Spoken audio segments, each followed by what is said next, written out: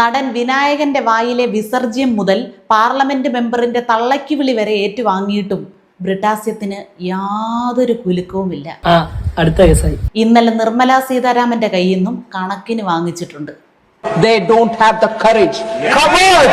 Communists in this country are total cowards. Courage ഇല്ല, ഭീരു, പക്ക ഭീരുക്കളാണ് കമ്മ്യൂണിസ്റ്റുകാരെന്നാണ് പച്ചയ്ക്ക് നിർമ്മല സീതാരാമൻ അവിടെ പറഞ്ഞത്. ദൈവമേ, ഇനി ഇതിന്റെ പേരിൽ അടുത്ത കേസ് വരും. അവിടെ എഴുന്നേറ്റ് നിന്ന് എനിക്ക് ചോദ്യം ചോദിക്കാനുള്ള അവകാശമുണ്ട്, എനിക്ക് ഉത്തരം കേൾക്കാനുള്ള അവകാശമുണ്ട് എന്നൊക്കെ പറഞ്ഞ് എന്തൊക്കെയോ എഴുതി കൊണ്ടുവരുന്ന ചോദ്യങ്ങൾ ബ്രിട്ടാസ് അണ്ണൻ അങ്ങ് വായിക്കും. അങ്ങനെ ധനമന്ത്രിയോടും കുറെ ചോദ്യങ്ങൾ അങ്ങനെ ചോദിച്ചു. മന്ത്രിക്ക് തിരിച്ച് മറുപടി പറയാനൊരു അവസരം കൊടുക്കണ്ടേ? അതില്ല. Making noise. I have a right. They don't have a right to listen.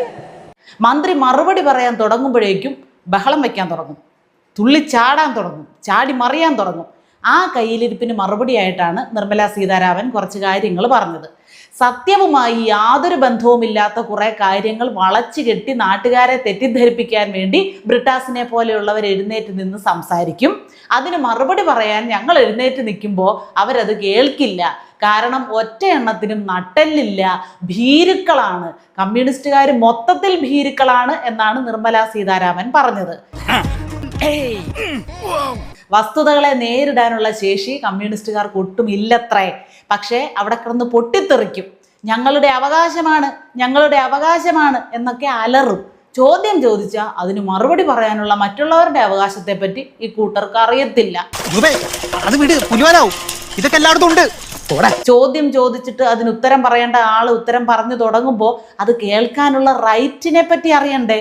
അതും അവർക്കറിയത്തില്ല. എന്താന്ന് പറയുന്നത് എനിക്ക് വല്ല ബോധമുണ്ടോ?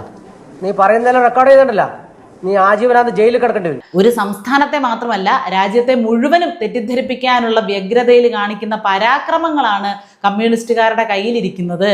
അത് കമ്മ്യൂണിസ്റ്റുകാരുടെ കുറ്റമല്ല, എല്ലാവരിലും കാണുന്ന ഒരു രീതി അതാണ് എന്നാണ് നിർമ്മല സീതാരാമൻ പറഞ്ഞത്. പ്രധാന പ്രശ്നം ഇതൊന്നുമല്ല. അല്ല, ഈ ബ്രിട്ടാസിന് നാണമില്ലേ ഇങ്ങനെ നാട്ടുകാരുടെ കയ്യിൽ നിന്ന് കിട്ടുന്നത് പോരാഞ്ഞിട്ട് അവിടെ ചെന്ന് ആളാം വീതം ചോദിച്ചു വാങ്ങാൻ?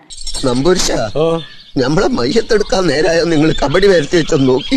അങ്ങനെ വാങ്ങിച്ചു കൂട്ടി ഒരു ഉളുപ്പും ഇല്ലാതെ ഒരു വളിച്ച ചിരിയും ചിരിച്ച് എന്തൊക്കെയോ കോമാളിത്തരങ്ങൾ കാണിച്ച് ഡെയിലി ഓരോ സെൽഫി വീഡിയോയും സമൂഹ മാധ്യമങ്ങളിൽ പോസ്റ്റ് ചെയ്ത് നാട്ടുകാരെ തെറ്റിദ്ധരിപ്പിക്കും. പ്രോത്സാഹിപ്പിക്കാൻ പാടില്ല. എന്നിട്ട് നേരെ തിരിച്ചിങ്ങി വരും. ഇവിടെ വന്നാലും നാട്ടുകാർക്ക് വല്ല സ്വസ്ഥത തരുമോ?